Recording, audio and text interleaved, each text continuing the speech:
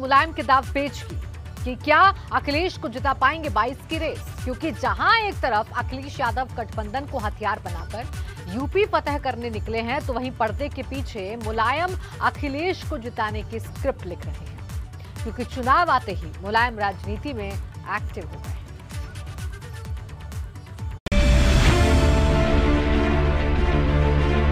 चुनाव से पहले मुलायम ने संभाला मोर्चा। नेताजी की रणनीति से बदलेगी यूपी की राजनीति। जैसे जैसे चुनाव नजदीक आ रहा है, सियासी घमासान तेज होता जा रहा है और इस तेज होते सियासी घमासान में समाजवादी पार्टी के संस्थापक मुलायम सिंह यादव पूरी तरह से एक्टिव नजर आ रहे हैं, क्योंकि भले ही फ्रंट से अखिलेश यादव नजर आ रहे हों, लेकिन पर्दे के पीछे तो हर रणनीति पर मुलायम सिंह यादव ही काम कर रहे हैं। वो न सिर्फ कार्यकर्ताओं से मिल रहे हैं, बल्कि अपने समर्थकों में नया जोश भी भर रहे हैं। बीजेपी के वो कहते समाजवादी पार्टी की ये नाटोपी खतरनाक है। नाटोपी से परेशान हो गए, याद रखना, नाटोपी से परेशान हो गए, इसलिए आपके बहुत उम्मीद कर रहे हैं जनता पूरी तरह से सरकार बनाना है। क्योंकि जहां मुलायम सिंह यादव कभी कभार समाजवादी पार्टी के दफ्तर जाते थे, वो अब लगातार दफ्तर पहुंचने लगे हैं। किसे टिकट दिया जाए, किसे नहीं, हर बात पर अखिलेश को बराबर सलाह दे रहे हैं। जानकारों की माने तो मुलायम सिंह यादव ने अखिलेश यादव को जिताऊ उम्मीदवारों को टिकट देने का मंत्र भी दिया।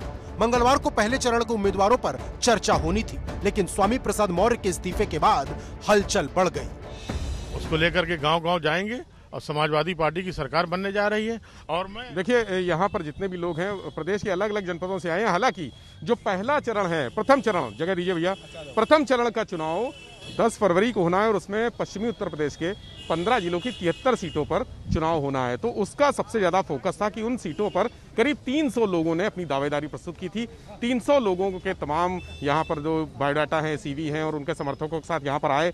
दोपहर बाद परिस्थितियां कुछ बदली जरूर, क्योंकि स्वामी प्रसाद मौर्य ने सरकार से इस्तीफा दे दिया था। उसके बाद ये चर्चा होने लगी कि स्वामी प्रसाद मौर्य कुछ देर में यहाँ पर आकर समाजवादी पार्टी के मुख्यालय आकर समाजवादी पार्टी की सदस्यता ग्रहण करेंगे। हालांकि इस बात में बहुत ज़्यादा दम नहीं रहा, क्योंकि 5 बजे तक ये इंतजार होता रहा कि स्वामी प्रसाद मौर्य और उनके साथ जो तमाम भाजपा के विधायक, जो उनके सहयोगी विधायक हैं, वो यहाँ पर आएंगे और 5 बजे एक प्रेस कॉन्फ्रेंस होगी। लेकिन 5 बजे प्रेस कॉन्फ्रेंस नहीं हुई। कुछ परिस्थितियां ऐसी बदली, चूंकि स्वामी प्रसाद मौर्य के पास भी भारतीय जनता पार्टी के जो शीर्ष नेतृत्व है, अमित शाह का फोन आया, धर्मेंद्र प्रधान का फोन आया और वो कंट्रोल करने की कोशिश कर रहे हैं, इस डैमेज को, स्वामी प्रसाद मौर्य को रोकने की कोशिश कर रहे हैं। इसलिए परिस्थितियां कुछ बदल गई। लेकिन देर शाम तक यहाँ पर अखिलेश यादव, रामगोपाल यादव और स्क्रीनिंग कमेटी के सभी सदस्य मौजूद रहे और उन्होंने तमाम मुद्दों पर चर्चा की। चुनाव में चूंकि पश्चिमी उत्तर प्रदेश में सबसे बड़ा फैक्टर राष्ट्रीय लोक दल का है और जयंत चौधरी से भी टिकट का बंटवारा होना है। कितने टिकट जयंत चौधरी को मिलेंगे, इस पर अभी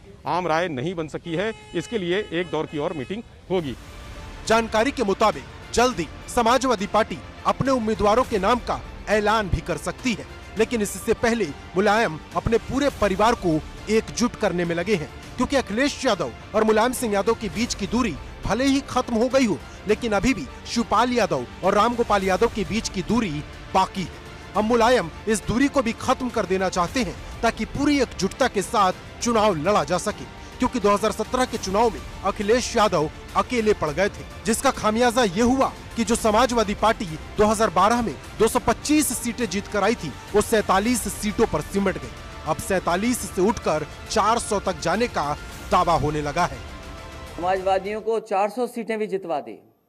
अभी तक तो हम 350 बोलते थे, लेकिन जिस तरह की नाराजगी जनता के बीच में है, हो सकता है 400 सीटें जीत जाए।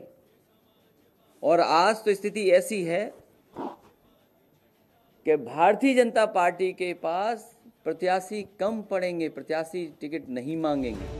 लेकिन सवाल बड़ा यह है कि अपने दांव पेचों से विरोधियों को चित कर देने वाले मुलायम क्या एक बार फिर अखिलेश को यूपी का सुल्तान बनाने की पटकथा लिख पाएंगे? लखनऊ से विवेक त्रिपाठी, एबीपी गंगा।